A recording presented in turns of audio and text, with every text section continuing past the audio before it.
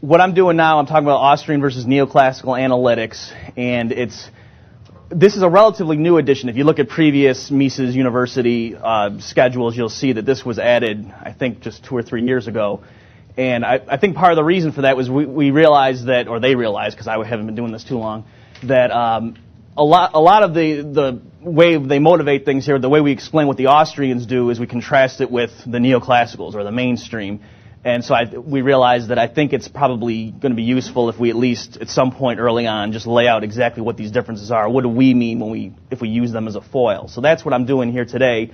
What I'm trying to do, my goal here, I can't help myself. It's obviously going to be apparent that I'm going to pick areas where I think the Austrians are better than the mainstream or the neoclassicals.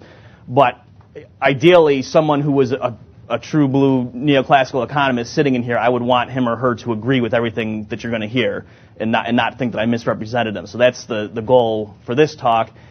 During the later in the week, when you have a choice, if you go to my talk about Austrian solutions and neoclassical puzzles, there I'll make fun of them. All right. So if you want to hear me make fun of them and say how dumb these guys are with their models and pointy heads, then that's that lecture. This one is more straightforward, and we're just like, oh, we all have a difference of opinion, and oh, isn't that nice, and diversity in thought. Okay. All right. So So for one thing, you would think it would make sense for me to start the lecture by giving a definition and say, no, we already know what the Austrians are. Let me define what the neoclassical school is. But that's not really. You can't do that because there's no list of necessary and sufficient conditions that and I did try to do that when I was first preparing this. I tried to come up with a way to give you a definition, put it up there, but it would either leave out people that we know have to be included in the term neoclassical economist, or it would include people that we don't really mean by that term. And so I can't give it to you. What I'm going to do instead is just go through a bunch of different areas and show you this is how the Austrians come down on this issue or this criterion versus the typical mainstream or neoclassical economist. So one thing, I've been doing it myself. This week probably we'll use the terms mainstream and neoclassical interchangeably, but they actually mean different things. That neoclassical is a specific school of thought, whereas mainstream just refers to the people that happen to be dominant right now. So it's possible with Mises University and other outreach programs to educate the public that the Austrians could be the mainstream 50 years from now. All right, whereas the Austrians, we hope, wouldn't be neoclassicals 50 years from now, okay? So, that's probably the way they could become the mainstream, is if they just turned into neoclassicals. All right, so let me just jump right into this then. And in terms of you taking notes, I just have one sheet that I'm going to have here, but you're going to want to leave yourself a lot of space, so I'll put the subject matter, and then you'll see the Austrian versus the neoclassical in these columns, but then I'm obviously going to elaborate on that. Okay.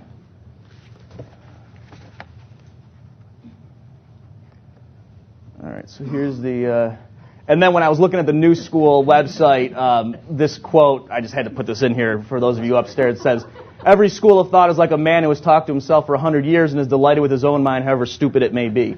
And obviously that's very pertinent today. But let's now start with the head-to-head. Okay, so the first area is on methodology. And here, I do this every time I give this talk. Let me give my little pet peeve. The word method and methodology, those are different words. They mean different things, and so you shouldn't use them interchangeably. You see this all the time in academic papers where they'll start out and they'll say, in this paper, my methodology will be I went to the Bureau of Labor Statistics and got data and I ran a regression. And no, what they mean is my method in this paper is such and such. Okay, so methodology means a paper or discussing method. All right, so a methodological paper is one that discusses the proper method to use in economic theory. Okay, so a paper could be methodical, meaning you have some method, that you're not just putting down random stuff. But if it's a methodological piece, then the paper is talking about what sort of method should we use in economics. Okay, so again, that's just my pet peeve. Be careful. Most of the time when people in a paper say my methodology will be, usually what they mean is my method will be. Okay, but in terms of methodology, the Austrians, obviously, they're The method they use is praxeology, and you've already heard that. A lot of what I'm going to do for this lecture, it'll be 80-20, 80 on the neoclassical side, and then the 20 I'll just fill in and refresh your memory, and that'll help reinforce what you've heard already and what you will hear later on. So the Austrians' praxeology, they start from the action axiom, and then they logically deduce implications from that. The mere fact that people act, there's things you can logically deduce, and Austrians think that even though that seems like a very modest scope, there's plenty you can deduce from that, and that actually sound economics and what we think of as in terms of economic laws, really that stuff all follows from the action axiom. Okay, in contrast, and as a corollary for that, then you don't go out and test economic laws. That doesn't make any sense. You could go illustrate them. You could go apply praxeological conclusions or insights to historical episodes, but you wouldn't be testing praxeological law just like you don't go test the Pythagorean theorem. All right, that if you find a triangle that doesn't seem to satisfy it, it must be because it's not a right triangle, or something is wrong. It's not the theorem itself is wrong. The way you would disprove the theorem is to find a flaw in the argument. Okay, so the neoclassicals now, what's their methodological position?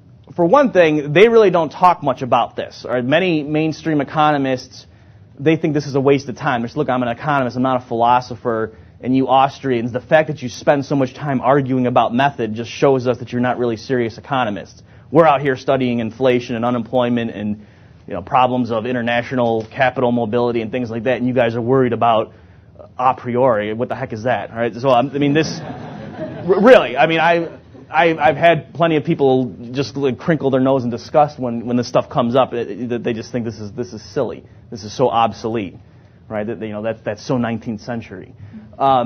Okay, so, but to the extent that if they do try to, if you push them and say, but no, seriously, what's your basis? How do you ground your everyday economics? What's the philosophical backdrop? It would be some form of positivism. And Milton Friedman's got a book, is it Essays in Positivist Economics? Is that the title? And a very famous example in there is he talks about someone playing pool. And he said, if we had to model a professional, a pool hustler, a guy who's really just a pro, and how would we do it? And we wanted to predict, he's about to hit the ball with the cue stick, and we want to predict, what's the configuration of the table going to be after the ball's settled down. And he said we could use the laws of physics, and we could go ahead and just go ahead and apply that, and we could model it as if the pool player knows the Newtonian laws of mechanics and so forth, and knows what the coefficient of friction is and all that.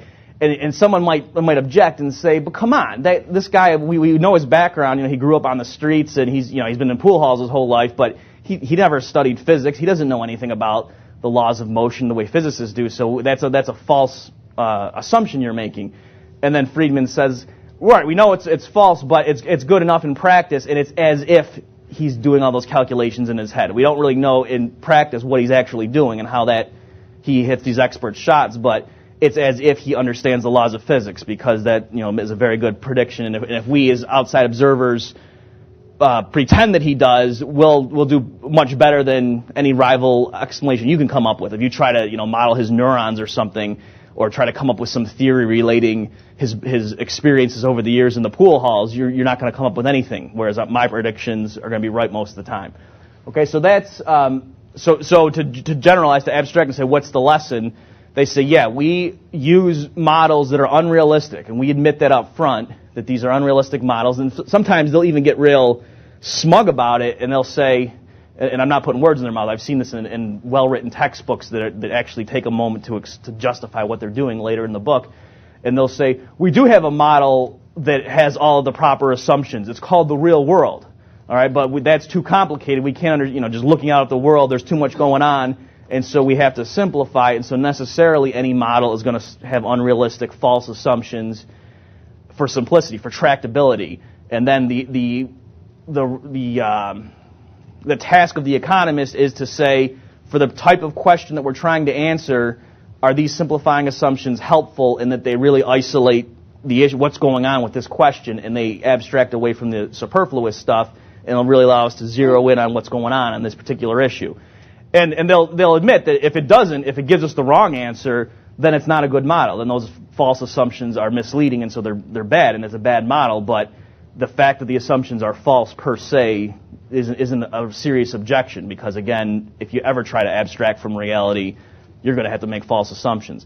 Now, that's actually what I just said. That's not true, and I think it's later in the week that Roderick Long gives a talk during one of the ones where you have choice, and he goes through. I'm not going to get into it now, but he goes through and shows how it's not the case that if you want to be able to simplify from reality, you necessarily have to make a model with false assumptions, that you can abstract away from things that are superfluous, like you can talk about a pen, and I don't need to talk about the color of the pen, but I don't have to say, let's assume this is red, and what can we conclude about it, okay? You see, I can just talk about the fact that it's a writing instrument and not get real specific about this versus this, okay? So if I just want to make statements about writing instruments, I can say things that are true of both of these. I don't have to say, let's assume that we have a red pen that's a Bic, and then start spinning things and say, well, I can't possibly make statements about every writing instrument in the world because there would be too many. Okay, so you see the mistake in the reasoning there. But in any event, that's what they would say in terms of their models and the justification. Okay, moving on. Okay, here I want to distinguish between causality and simultaneous determination. And I didn't really know what title to put on this. So I've got a few of these you'll see as we go through where I just say explanation, meaning when these very different schools of thought try to explain stuff to people, these are differences that you'll see. Okay, so for lack of a better term, I'm just calling this category explanation, and there's going to be two more of these later on. Okay, so the Austrians, you almost feel funny pointing this out, but it really is a crucial difference between these two schools. The Austrians believe in causality. They believe in cause and effect. And I don't know if it's fair to say the mainstream, the neoclassicals, don't believe in cause and effect, because you almost would think, well, what kind of nihilists are these people? But certainly in their capacity as economists, they don't. All right, so just make sure you understand what I'm talking about here, because this is so elementary. The Austrians, we could say, what causes market prices? And I think most Austrians would say, well, it's ultimately consumer valuations, marginal utility. It's certainly subjective valuations for sure. Market prices are not caused by costs. Okay, whereas classical economists would have given you some sort of cost of production or maybe a labor theory to explain market prices. Why does this thing cost $1,000? A classical economist, speaking today, might say something along the lines of, oh, well, because there was $400 of steel in it, and there was $300 worth of labor that we had to put into it, and and in order at equilibrium for this business to survive, they have to charge $1,000, and so that's why. And if they charged more than that, then if they earned more than that, then people would flow into it. All right, so they would be giving you an answer in terms of the costs and things like that, whereas the Austrian would say, well, first and foremost, consumers, the marginal utility of this thing, consumers, when they buy units of it, value that unit more than the $1,000 they're giving up, and so they would start on that end. Okay, but whether, the particular examples I'm giving you, that's not really the point here. The point is it makes sense for Austrians to talk about what causes things in the economy that we can see as economists. That it makes sense to say what causes market prices, whereas the neoclassicals, that question doesn't even make sense, or they would give just a very general answer and say it's simultaneously determined. So to give you a specific example, when I was at NYU, I gave a talk on interest theory, and I was actually criticizing the pure time preference theory, and I invited this. He was a really nice guy, a general equilibrium theorist, to come sit in on the talk, and he's a broad-minded, I guess you'd want to say. So he was interested in other schools of thought. So there were plenty of people at NYU that I think they kind of thought it's a good thing that Israel Kirzner got tenure when he did, because there's no way he'd get tenure here, nowadays. And I think that was their attitude. But he was like from the old guard, and he's a dinosaur, and I can't wait till he gets out of here and we can start putting equations on his chalkboard instead of all the stuff he's putting up there now. So there were some people with that attitude, but with this guy that I invited him, he was very open. I mean, he respected Israel Kirzner and Mario Rizzo, and he was an open-minded guy, but he was a general equilibrium theorist from Chicago. And, he sat through this thing, and he saw me arguing with the Austrians about pure time preference theory, and is it productivity or is it time preference that causes interest, and that was the issue, and I was trying to show why it wasn't so crazy that boehm-bawerk thought productivity could influence interest rate and things like that. And so then afterward, I asked him, what'd you think of that? And he just said, this idea, I'm not going to do the impression of the guy, because first of all, you wouldn't get it. I do a good impression, but you wouldn't appreciate it. No. No, really. It wouldn't. So it's, if I had Richard Nixon as an advisor, it would have been funny. So he was saying, I don't understand what you're doing here. You guys are talking about causing it. It's simultaneous determination. In the model, you have all the exogenous factors, and then you just solve the equilibrium, and the prices come out. So what does this mean? What causes the interest rate? It's caused by all the exogenous variables in the model. And so again, he just was baffled. And to give you an example, I don't know if this helps or hurts, but those word puzzles that you have, and you could say, okay, suppose that there's a son and a father, and you don't have to write this down. Just I want to give you an example. And the son is 4 feet shorter than the father, and at the same time, the father is 3 times taller than the son. Can you tell us what the heights are? And you can write out the algebra and figure out that the son's 2 feet and the father's 6 feet tall. And that's the way. So you could say that's how they think of market prices being determined, right? That you list out a bunch of conditions that have to be true in equilibrium. So you say, what are the equilibrium prices here? What's the equilibrium interest rate? And they say, well, what do we know? In equilibrium, the consumers have to all be maximizing their utility functions given the market prices. So you can write out those equations. Producers have to be maximizing profit given the prices and the technology. You write out those equations. You write out, and if you have enough conditions, it pins it down and out pops the vector of equilibrium prices.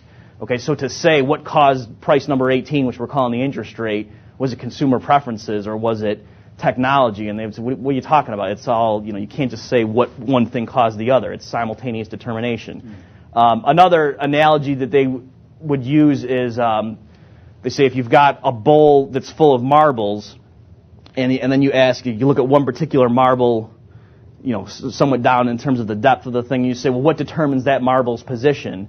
And the answer, obviously, well, it's determined by all the other marbles. It doesn't really make sense to say what marble determined this marble's position, that they're all, you have to do it all at once. It's a general equilibrium outcome. Okay, so that's where they're coming from, and so it doesn't even make sense, really, to talk about what causes market prices for them. Okay, moving on.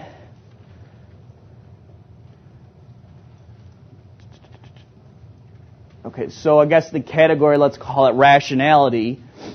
And so here, the Austrians, it's true, if you said to an Austrian economist, do you think people are rational? He'd have to clarify to make sure he didn't mislead you, but he would say, yes, when people act, that's necessarily rational. And Mises has a line in Human Action that says, the term rational action is pleonastic. And then once you go look up what the heck does pleonastic mean, it means redundant. You do that a lot with Human Action. Like, what? It's like, which English was this guy's 5th language? And he knows more than I do. So what he's saying is it doesn't, to talk about rational action is redundant because action is necessarily rational. It doesn't mean that people are superhuman calculators. It doesn't mean that they're flawless in their calculations. What it means is that they're using their reason, right? That's where the rational, that's what that's serving there, that adjective. And so it's purposive behavior. As opposed to, you say, well, as opposed to what? Well, as opposed to a pure reflex. So if somebody's funny and they leave a firecracker here and it goes off and I kind of flinch, you might not say that I acted there in the Misesian sense because you say, well, what purpose was I trying to achieve? I wasn't necessarily trying to achieve anything. It was just my, natural reflexes. Whereas if you go to see some tribesmen and they're dancing around, you might say, what are they doing? And you say, oh, well, their crops are withering and they're trying to make it rain, and so they're doing a rain dance. And so most of us would think that's a poor means to achieve the end, but it's rational in the sense that they have a purpose and they have what they think is a suitable means to achieve their end. And so that it's not correct in the Misesian sense to say, oh, they're behaving irrationally.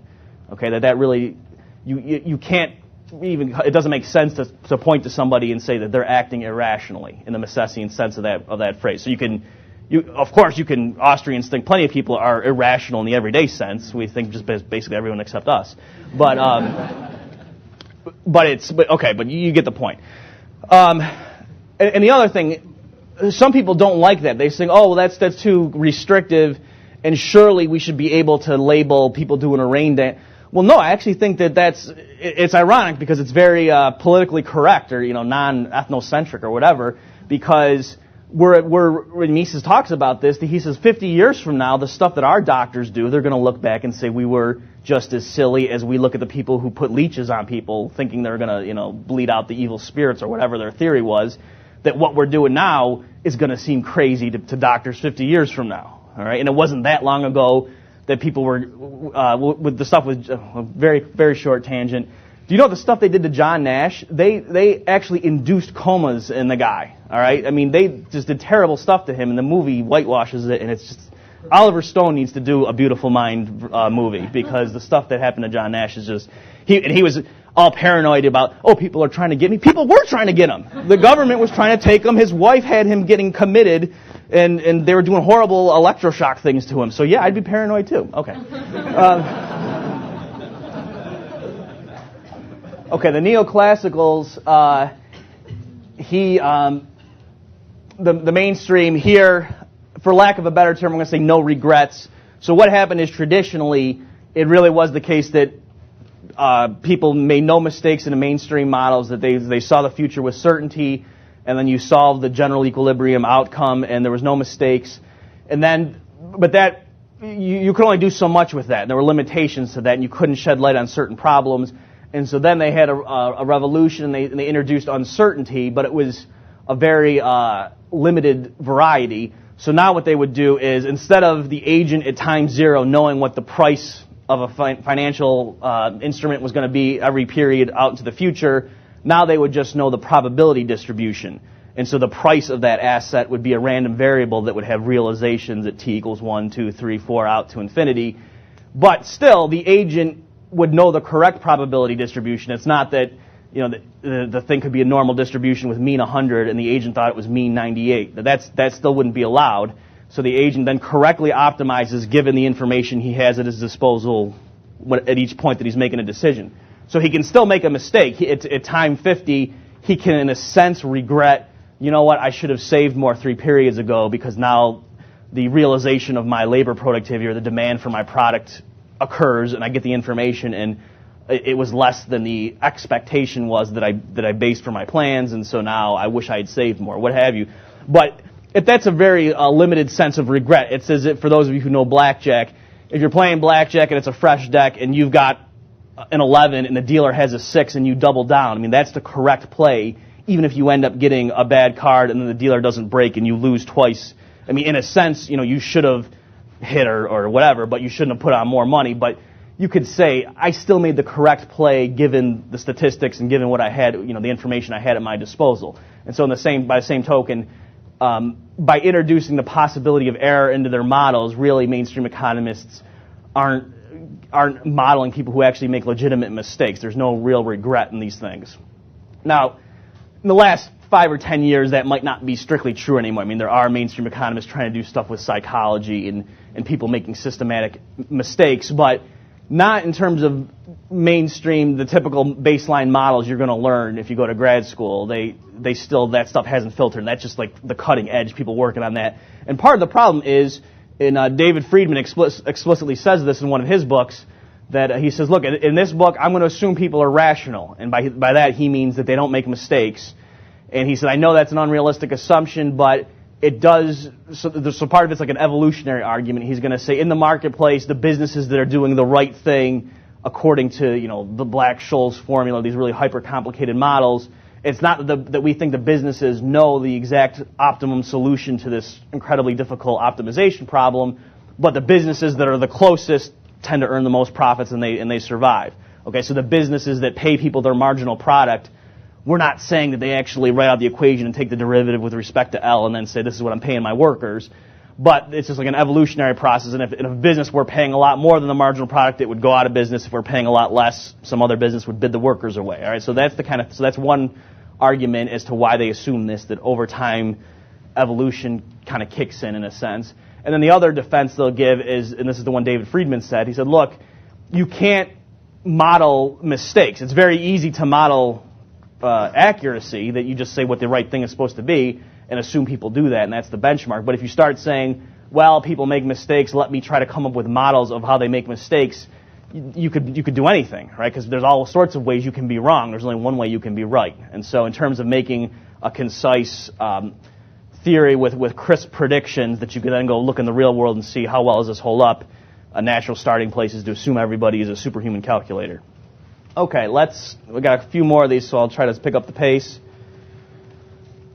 Okay, for the category of utility theory, here the Austrians, of course, let's try to straighten that out. Austrians are ordinal, and again, just review, everything is coming down to choice. Right? So for the Austrians, choice is the important thing, and so setting aside one thing and picking the other. And so it's preferring, it's preference, and obviously that's an ordinal relationship. Again, just review. So ordinal numbers are like first, second, third, whereas cardinal numbers are 1, 2, 3, 7.8. All right. So you can't do mathematical operations on ordinal numbers. It doesn't make sense to say what's second plus the seventh. It's not the ninth. That doesn't even make sense. Okay. And that's where the Austrians come down in terms of utility theory. In terms of getting across the Austrian point, I like to use the idea of friendship that you could, it makes sense. You could think I could rank my friends. I know who my best friend is. I know who my second best friend is, and like that. But it doesn't really. If someone said, okay, well, how much more of a friend is your best friend than your third best friend? You know, how much more friendship units do they have, or are they 3.5 times a better friend? And you could, I mean, maybe you think you could come up with an answer to that, but you can understand at least if somebody said, it doesn't even make sense to me. Yeah, I can rank them, but I don't even know what you're talking about. It's not that there's this cardinal magnitude that the ranking then just goes to the person with the most friendship is the best friend, like that. Okay, so that's where the Austrians come down. That in terms of utility, it makes sense to say this unit gives me the most utility, this would give me the second, but it doesn't make sense. That the fact that we can do that does not imply, therefore, there's really this magnitude of something called utility, and this thing has twice as much utility, or 3.7 times as much. Okay, now here the mainstream, or the neoclassicals, I'm going to say they're ordinal in theory but cardinal in practice. So what I mean by that is if you go to grad school and you take your micro class and they go through how do we come up with a utility function and the standard stuff that you're going to learn at a highly ranked grad school, you'll see that it does not assume cardinal utility. They might even stress the fact, depending on the textbook they use, they might stress the fact that, look, all we are assuming is that people can ordinally rank different bundles of consumption goods. Okay? And it's just a matter of convenience that we use this cardinal utility function to assign numbers to these things, but you shouldn't attribute any significance to the particular utility function. So if you had a utility function that is doing the job you want it to do, and you went through and doubled all the numbers and then added 5, so you did like 2x plus 5 to transform that first utility function, that transformed utility function would do exactly the same thing, that the consumer would behave exactly the same with that the second utility function. For given market prices, given income, if you used and said, let me maximize utility with that second utility function, you'd get the same behavior. And so that's the sense in which a mainstream economist will say, there's no such thing as a util, or rather, we don't need to assume there's such a thing as a util. Our theory does not presuppose that. All our theory presupposes is if you give me all the different combinations of consumption bundles, the consumer can tell you, I either prefer this one to this one to this one, or I'm indifferent. And if they can answer that question for every conceivable combination, then you can go ahead and draw those indifference curves. So let me just try to drive home this point.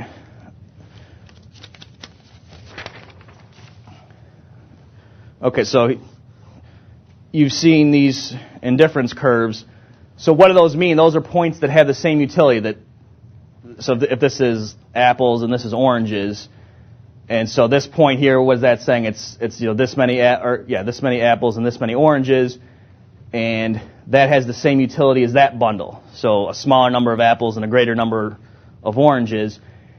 And the point of the people who actually know what they're talking about in terms of neoclassical utility theory is they're going to say, yeah, what we can do now, if we want to say, given somebody's budget constraint, which is a straight line like that, so that's the person's budget constraint. How do we optimize? So if we had the graphics, we can just say, oh, it's the point of tangency. So this is the bundle that the consumer's going to buy. That's the highest indifference curve they can get to. Incidentally, if you don't know what this stuff is, don't worry about it. I'm just doing this for people who have seen this to try to make my point. What the mainstream person will say is, but that's kind of cumbersome. We don't want to have to draw pictures all the time. It would be nice if we could use calculus. So what if, instead of just saying these are all bundles that give the same utility and every point on here gives more utility than every point on this one and so forth, why don't we just say that everything on here has a utility of 100? Okay, so on this curve, all those bundles give a utility of 100, and on this curve, all these bundles give a utility of 90, and so on. And then what we'll do is we'll take the income and the prices, and we'll just maximize U. Okay, so this U here is a function of how many apples and how many oranges you have. And if we came up with a function, a definition of the function such that if you plugged in the A and the O for anywhere on this curve, out popped 100. And if you plugged in the A and the O for anywhere on this curve, U would equal 90. Okay, and then we said now the consumer's goal is not to say which curve do we want to do. Let's get on the highest curve such that it's still within the budget constraint. Now we're going to transform the problem and just say no. The problem is maximize U subject to the budget constraint. We haven't done anything. It's not now that 100 and that 90 means something. I could have made this 1,000 and this 900. Okay, so the numbers don't mean anything. So you shouldn't take the U too seriously. All we really know is this information, and those are just ordinal or indifferent relations. Okay, so that's where they're coming from. But having said that, in practice, most mainstream economists, I don't think. They might know that, and if you told it to them, they might say, oh yeah, I kind of remember doing a homework problem like that in grad school. But, you go into labor economics, you go into international trade, unless you're an actual theorist, in terms of neoclassical theory, you probably aren't going to remember that point. And I see this all the time, mainstream economists talking about, especially when you get into aggregations and talking about optimality and social optimums and things like that, where people, mainstream economists who ought to know better say things like, this outcome would give more social utility than this outcome. Okay, so just that sort of language really, according to their own models, should make them grimace, but it doesn't, because you use these, on the first month in grad school, you go over what the point I just did, and then from then on, you're using the cardinal utility functions. Okay, and they explain during the first month the reason, our justification for this is blah blah blah, but then the rest of your career using those cardinal utility functions, you kind of forget that really there's no such thing as utility, or we don't need to assume that there is cardinal utility. Okay. So now, explanation part 2 here. Again, I want to talk about choice versus indifference, and I don't know what to label this thing, so I just called it explanation. So the Austrians, when they're explaining things in the marketplace, they always come back to people making choices, people preferring, setting aside things they don't want, and choosing something that they prefer. The neoclassicals, they focus on indifference. And it's, again, this is just an observation I made about what sort of things they concentrate on. If you push a neoclassical theorist who really knows what he's talking about, he can give you a story that makes sense, it's internally consistent. But again, it's a different mindset. Really, the Austrians are always focusing on choice and people preferring something to the other, whereas the neoclassical, again, I showed you the indifference curves, and how do we explain consumer behavior in mainstream economics? We draw the indifference curves, and we go through that, and so it's and we equilibrium determination of outcomes. We find states where the firms wouldn't want to deviate from where they are, all right? And so they're indifferent. There's no way they can make themselves better, so they're content in the equilibrium, right? So that's just the mindset. To give you a specific example, I had a test question in grad school where it was something like, suppose there's a guy on a desert island and there's a tree that yields apples, and that's the only thing he's living off of, and every period a certain amount of apples comes out. And he knows, going into the future how many apples are going to come out, the function relating time to how many apples come out per period. But there's no saving. He can't, let's say that, this period there's a lot of apples that comes out, and the next period he knows there's not going to be very many, and he might want to save some, but he can't because they'll rot. All right, if you pick the apple, it's not going to last till whenever the next period is. And then the question was, and he's the only person on the island, and then the question was, what is the equilibrium interest rate in terms of apples in this world? And so I was, befuddled. I was like, well, there's one guy. How could there be an interest? What does that even mean? Who's he trading with? And so I had not yet learned the ways of neoclassical economics. And so I put something, what did I put? Oh, I think I put that it was related to his rate of time preference, like the beta for those of you that are on the utility fund, and I didn't get any credit for that. The answer was, what they were looking for is, you had to figure out, because first of all, you had to assume that there was a market, that he's trading with his future self or something. No, he's not trading with his future. He's trading with his alter ego or something. I don't know if it's, Tyler Durden he turns into and trades with himself. And then and so the prices had to be such that he didn't want to trade. Okay, so that if there were a hypothetical person to trade with, he wouldn't trade with the guy because we know he can't. All right, so I'm serious. This is what the question. This is what you had to know how to do. This is why people go crazy in grad school, by the way. And so again, let's make sure you understand the point. And there is a logic to it. Like now that I realize what they were getting at, okay, and they could have come up with a more plausible scenario, but they thought they were doing me a favor by getting rid of all the other people and just there's one tree and one guy on an island and there's apples that come out and that's it. They were trying to get rid of all the other stuff, whereas I'm saying you got rid of too much there. I don't even know how to answer this problem. But so the point is, they were trying to show what does the interest rate in terms of apples, so what would the exchange rate be of apples today for apples next period have to be such that the person, even with the availability of that market, when he maximized his utility function, said, no, I want to, in equilibrium, consume all the apples that happen to be shooting out that period. I don't want to try to refrain from consumption this period and then save some and consume more next period, more than what I'm going to actually have coming off the tree that period. And so that way, the world doesn't blow up, that the person ends up just eating the apples coming off the tree, just like we know physically he has to do. And so the point is just that they call it the shadow price. That's what the interest rate would be to render that outcome the equilibrium outcome. Okay, so that's the way, that's the way they solve things a lot. Okay, so if you understand, okay, so it's now again, it's a very subtle point here. It's not that they're actually using indifference. I mean, it makes sense. The person, he is trying to maximize his utility, but the point is just the way they solve the problem is they come around from the angle of what would conditions have to be such that he is maximizing his utility. He is choosing the best option available when he's indifferent, and he doesn't want to. Okay, so it's like I said, they still are obeying the dictates of the subjectivist insights and the marginalist revolution. They're not committing any problems in terms of that, except for using math. But it's but the way they approach problems is they usually focus on indifference, and that's how they get the answer a lot. Okay, so again, whereas the Austrians don't approach it that way. One other point on this issue of indifference and choice, this is a thing that confuses people a lot. So even Brian Kaplan, who some of you may know, he used to be an avid Austrian, I believe, and then he sort of got disillusioned, and now he has an essay, Why I'm Not an Austrian Economist. And so and that's on the web if you want to go look it up. And so so he has some, I think, good insights that, Austrians say this, but actually they're wrong because of blah, blah, blah. And so he's got some good points. But one thing where I think he's just very confused is he says Austrians think that choice can only be the result of a definite preference. But no, sometimes you can choose things based on indifference. Like, I might not care if I open my drawer and I'm picking out a sweater. I might be indifferent between whether I pick the green sweater or the red sweater. And so there's an example of where I chose even though I was indifferent. Or he says something like that. And the answer there is and I think Gene Callahan, he had a Mises.org, I don't remember the title of it.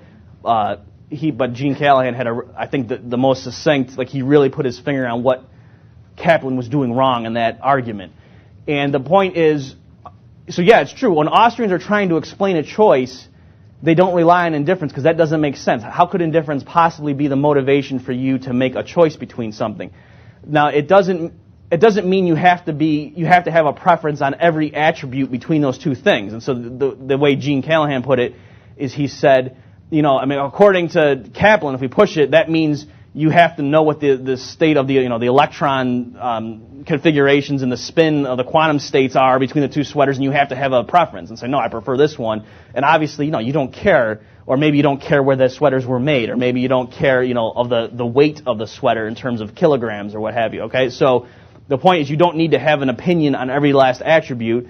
And so, yeah, it might be true that you don't care what the color, maybe you're colorblind, but certainly the point is, if you pick, and maybe you can't decide, and so you flip a coin. But okay, the reason you picked the right one is because you decided if it comes up heads, I'm picking the right one. So the point is just you can't explain a choice in terms of indifference. That doesn't make any sense. Okay, so that's to clarify the Austrian point there. So certain quotes from Austrians taken out of context that might lead you to believe that they're saying people can't be indifferent between two things. And that's not really accurate. The more correct statement is, if you're trying to, as an economist, explain a choice, a preference, you can't use indifference as the basis of a preference. It doesn't make any sense. Okay. Let me make sure I don't push this thing off. Let's see. We've got just two more in case you're trying to pace yourself. Okay, so now the third explanation, because of lack of a better term, for what this criterion is, or this category is. Okay, so the Austrians believe in market process, and they focus on that a lot, whereas the Neoclassicals, they focus on equilibrium states. All right, so for the market process, and here there's a bit of a dispute within the Austrian circles, because the people at George Mason focus on this a lot, and so there's been like a backlash where people down here, people associated with the Mises Institute want to say, look, it's not just market process, that you guys are focusing on that too much. I mean, somebody wanted to set, it's not call it Austrian economics, but call it the school of market process or something like that. And so, so people who are recoiling against that might try to downplay. But no, I mean, Mises says the market is a process, and that it's a very, in contrast with the Neoclassicals, certainly it's very important, and Austrians all believe in the importance of studying the fact that the market is a process. And here, I mean, everything you hear this week is going to come back to this distinction, but just very briefly for this talk, it's just entrepreneurship, just the fact, like, how is it that certain firms get started in the first place? So in terms of the socialist calculation debate, Mises has a really good point where a lot of the socialists thought, when you read there, to the extent that they even talked about how is this going to work in practice, they would just say, oh, well, the central planners would tell the plant managers, okay, well, we're going to give you some prices that we'll announce, and then you just pretend that you're capitalists and that you're trying to maximize profit, but we're going to manipulate the prices for social objectives. All right, so the prices won't be determined out in the marketplace through the private property owners. We, the central planning board, are going to announce the prices, and so for you guys, just trade amongst yourselves. Like that's the instructions they'd give. And so Mises says, okay, first of all, the incentives are messed up there, that people are going to take risks or not because it's not their property on the line. But he said beyond that, the socialists are missing the point that they're just assuming they're going to inherit the structure of production on the eve of how it was under capitalism, and then on the next day they're going to start with their socialist utopia. But it's not. It's more than just people showing up to the factories that are already sitting there and then deciding how many widgets should we make today and how many people should we hire or fire. That why are those factories there in the first place? How come it was that certain amounts of capital went into this industry and not more into this other industry? Okay, so those more basic questions need to be addressed first. It's not just a matter of administering given technological structures. And so that's just one example of how mainstream economists, even, you could come up with a general model to try to show people deciding capital allocation into different plants and so on. But the point is they usually tend to think of, they have the structure in place and then they optimize, and they're focusing on real technical little distinctions, whereas the Austrians can take a more, from basic point of view and just say, how is it that the situation got here in the first place? And you see this all the time in things like with the issue of perfect competition and people making criticisms of advertising and things like that. And it's, again, if you assume that things are supposed to be the way they are right now, then it's silly. Why does Nike keep paying for commercials? Isn't that a waste? Everyone knows what Nike is. It's not like you say, oh, what's this brand Nike? What does it do? Is it a nice burger? And, oh, it's footwear. Okay. No, I mean, so it doesn't really make much sense. But in terms of, no, if there really is a new product out there, then you need to have commercials to educate people and so on. So it's, again, I'm just giving you simple examples here, but it's really, this is a huge difference between these two schools. And the mainstream economists, again, what they do is when they're trying to test something, or they're trying to perturb the model, they might say, what they're really doing is, so the model, they have what's called exogenous variables, things like the technology and the education of the people maybe and so on, and then the endogenous things are the things that get determined within the model. And so when you want to tweak something, what you do is you say, okay, well, I'll change, what if all of a sudden we make it that, I don't know, that the labor's 2% more productive, and we'll just change that in the model. Then what happens to the market prices? And they'll see what happens, and what happens to the distribution of income, or whatever it is that you're looking at and trying to run an experiment within the model. And so that's what but even there, they never, it's never like there's an adjustment period where people are groping and trying to find the new equilibrium. It's just they switch from one equilibrium static state to the other, and they literally call it comparative statics.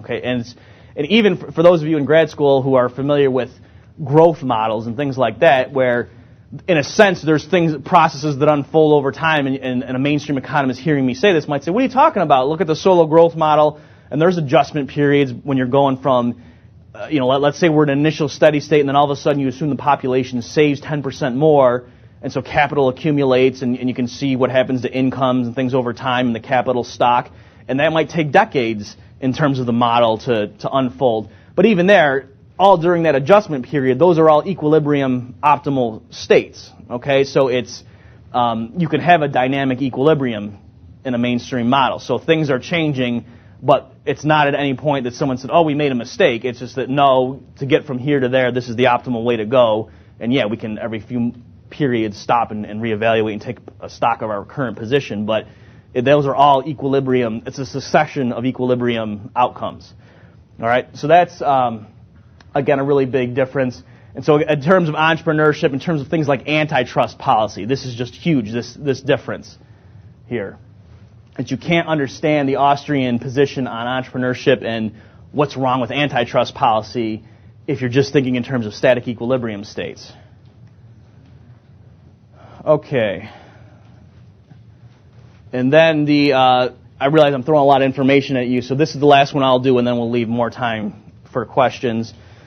Okay, so capital structure. So the Austrians subscribe to the Mengerian view, where there's various orders, that the lowest order is the consumer goods, and then there's higher orders that, a second order good is used to produce a first order good, and so forth. And the point is, and it also Roger Garrison's Hayekian triangles that he used there. I mean, or if you look at Rothbard, you'll see the structure. It's the Hayekian triangle that Garrison uses, but it's rotated, and it goes from the top of the page downward. Okay, but the point is that's the way Austrians think about this stuff, and it is embedded in when they approach macroeconomics. And even though mainstream economists, as Roger Garrison told you yesterday, even though they'll go through when they're doing how do you calculate GDP, they'll go through the cute examples of the grain and the wheat and so forth, and make sure you don't double count, and this is why we only do the net contribution to each stage. And so they'll go through it. So the mainstream economists' textbooks know that there is a structure of production, but they talk about it in terms of calculating GDP and maybe for a few other areas, but they don't talk about it in terms of a business cycle.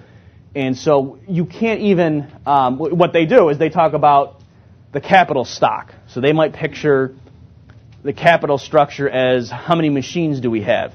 And if we save more, then yeah, we can add 10 more machines. Right? Whereas they don't look at it in terms of an interlocking, the fifth order produces more, so that next period, the fourth order people have more inputs, and then they can produce more for the third order good the next period. All right, so that's a process that unfolds over many periods, and things all have to mesh, and those plans all have to be mutually compatible.